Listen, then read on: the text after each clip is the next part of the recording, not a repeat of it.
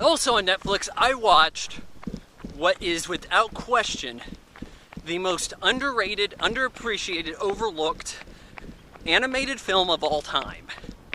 1991's An American Tale, Fievel Goes West. Henceforth referred to as Fievel Goes West in this review.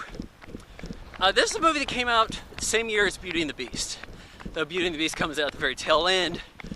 And I guess everybody just had to overlook this. It only made $40 million. I recall seeing this plenty of times in like daycare. It seemed like this was well known to a kid who was a child in the 90s. Very well known. But as the movie goes, this is your sing-songy, high-adventure American Tale. The previous one, there was some adventure. And yes, this movie's brief. It's a little over an hour before the credits set in. But there's some quality songs in this. It's just as good as what Beauty and the Beast had to offer.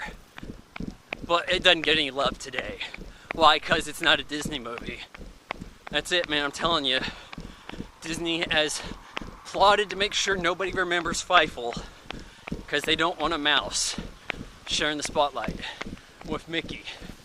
Okay, I'm gonna go this way now. Oh, we got cross. Gonna get mixed up with parents here. So anyways, it's still the 1800s, and this movie starts off in a much lighter note. We have our hero Fievel is imagining being in the Wild West, and he's teamed up with this dog sheriff, Wiley Burp, voiced by James Stewart. And for me, James Stewart or Jimmy Stewart, I kind of think of him as my default old man voice. Well, kid, look out behind you, kid. Something like that, right? Well, so yeah, they're shooting up all of these cats in the West, and then he becomes a deputy afterwards, which is probably not necessarily protocol, but it's just a vision he has as he's looking at this flyer. And I like what happened with Tanya here. Tanya's role is greatly expanded. She was hardly in the first movie. Oh, but now she wants to be a singer. Yeah, she did a little bit of singing in the first movie, and I love the way they knock that in this one. She starts singing her Somewhere song, and you're thinking, okay, so we're doing this again. So she's like, somewhere, and then people are throwing tomatoes. Somewhere, and more tomatoes come in, and the poor Mousewitz family is doing this to get food. They're like, hey, have them throw some dessert, you know? So we got a little sharper tone here, and we got a different tone. This isn't a Don Bluth film this time. He had nothing to do with this. This is still a Steven Spielberg production, and I'm not totally sure. I know that Kathleen Kennedy, who is ruining Star Wars, was producer of the first one, maybe this one as well. There's usually a producer, at least the credits seem to be retained as even different people pick up a movie. But, yeah, we're then dealing with Tiger, who we don't really see him bonding with Fievel anymore, but he has this Miss Kitty love interest. She's headed out west to Green Valley. Well, cats are attacking the Mousewitz family, and it looks like they're going to get separated again, but they don't. They fall into the sewer, and the animation is a little hit or miss. There are some high-end fancy shots here, but then every once in a while, it looks like they have some inconsistencies with line. The composition around these drawings look a little unfinished at times. The lines are squiggly. You know, maybe the Film Preservation Society wasn't all up on this one because it's not Disney, and so we end up with a bunch of artifacts, a bunch of aged media, especially in the blacker areas. This isn't nearly as dark of a film as the prior. So they fall into the sewer in this sardine can. They're floating down there. They hear this lecture from a mouse, a cowboy. He's actually a puppet controlled by this guy, Cat R. Wall, voiced by John Cleese, who is the enemy of the movie, who even appeared in Fievel's dream of being out west at the beginning. And he's going on about how they need to head to the Green Valley, who wants to take it, and they're like, hey, yeah, sure. we don't have anything going on over here. We'll go with you. So they go to the train station. Eventually, Tiger wants to come see Fievel, sees this note that they've left. He's like, oh, hey, I gotta go to the train station. You know, maybe Miss Kitty, I'll run into her too. He runs into some antics. Much more slapsticky elements here with Tiger. Tiger plays a much bigger role this time around. And so he's being chased by various dogs throughout his time trying to get on the train. He gets on the train, kicked off, thrown onto another one by accident, falls in the water, a dogfish barks at him. Eventually, he kind of sort of hitches a ride on a stagecoach, though clumsily he's getting dragged behind. Well, while aboard the train, Fievel finds the puppet and finds out it's just a puppet. Here's the scheme of the cat, explaining it to all of his cronies, as one would do in a Disney movie, or any animated kids film, or just a kids film of the day. And so he's going to tell everybody, but the cat says, hey, you know, I could eat you right now, but I know that everybody's going to miss you, and that's going to be a problem, so I'm not going to. Now you go run along. Tells the spider, Chula, I think it is, voiced by John Lovitz, I didn't realize that, to go give him the old throw from a train. So he's going to go do this, and he gets him knocked off the train, but he lives, and he wanders the desert. Well, Tiger comes loose of his stagecoach, and he's wandering the desert too, and they both see these mirages, and they walk right by each other thinking it's a mirage. Hey, mirage, Tiger. Hey, mirage, Fievel. Kind of a funny moment. And so, oh man, the water's deep right here. So we got that going on. I'm not going to walk through the mud.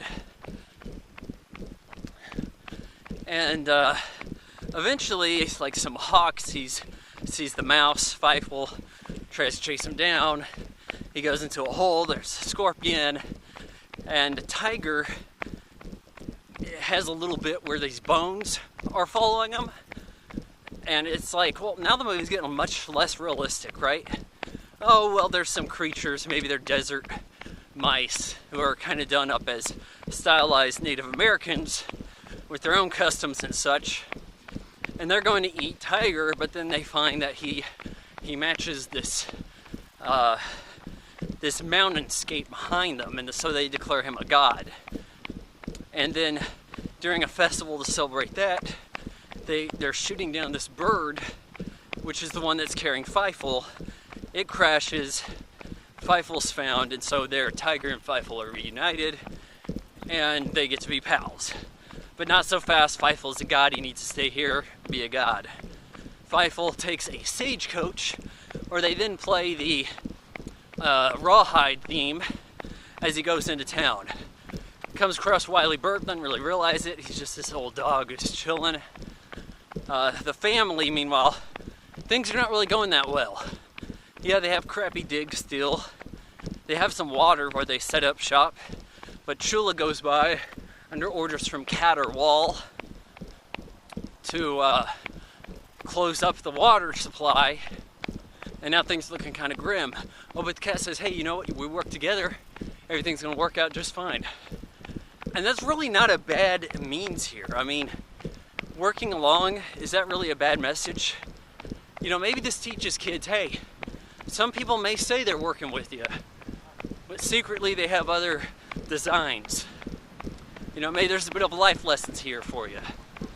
So, cats and mice are living in harmony, but there's still this plan to have a giant mouse trap and crush the mice because it's going to be easier for them than chasing them around. Which I'm wondering, this was a lot of trouble to go to for, say, 30 mice burgers. But who knows, maybe they had other plans to bring some other mice in, reuse the trap, what have you. Well, during the process of this, they discover the diva mouse here. This is Tanya.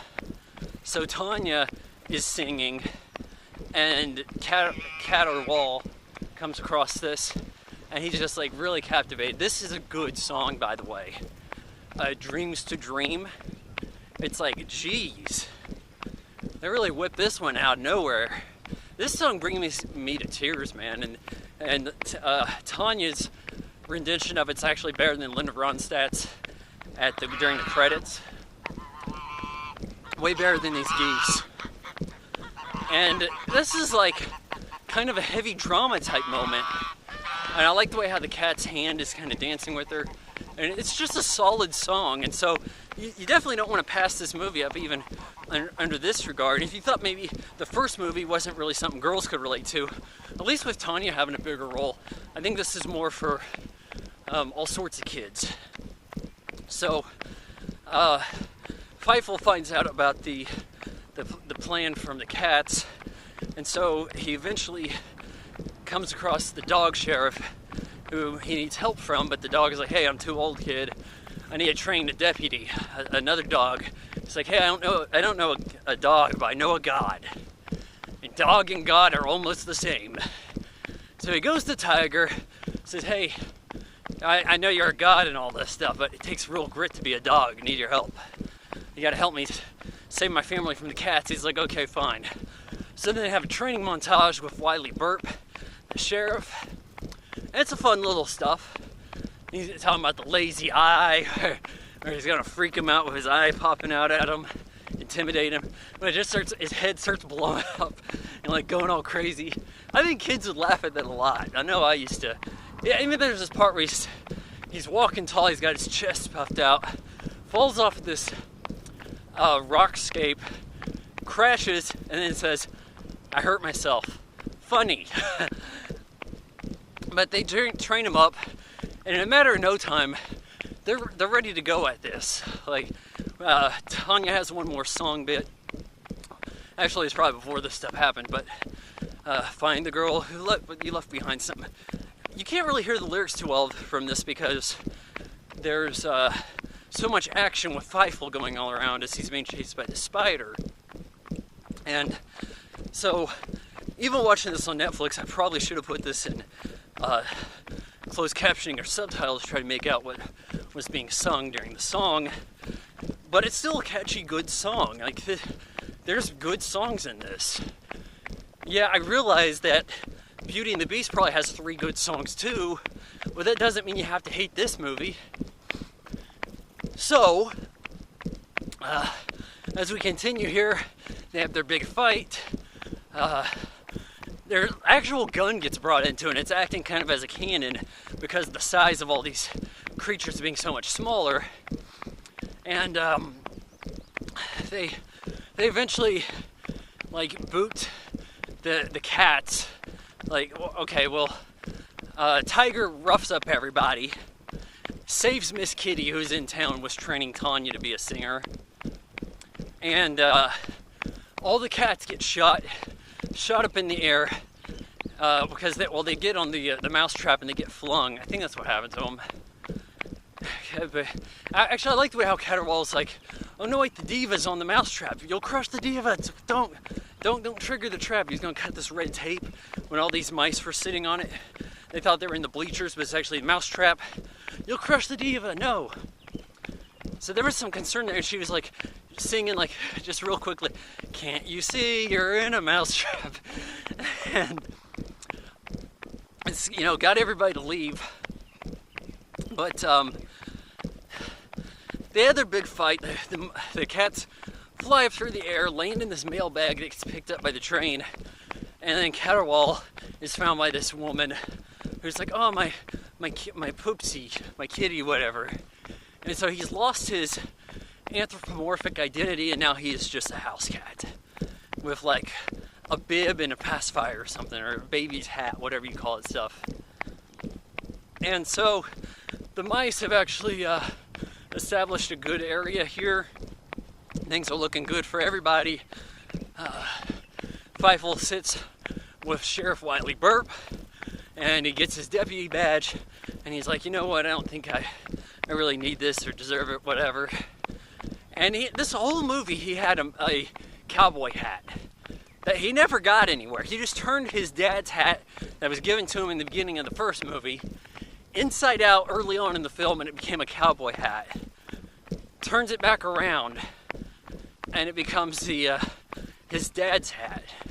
And there might be some symbolism here about how, not necessarily that it was a real experience. I'm thinking this actually occurred within the narrative of the movie, but that he has realized his identity and that he isn't necessarily a cowboy.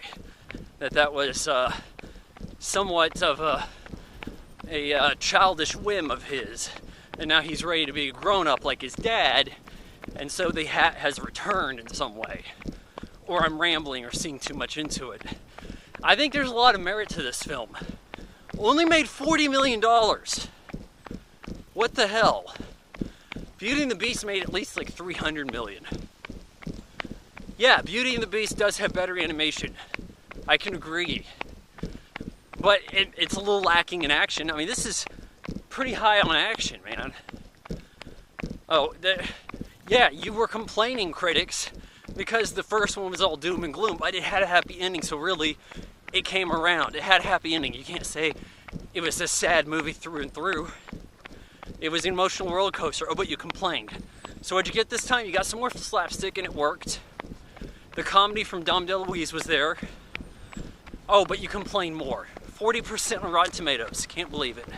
I give American Tail Fievel Goes West 3.5 out of 4 stars. The most underrated animated feature film I know of.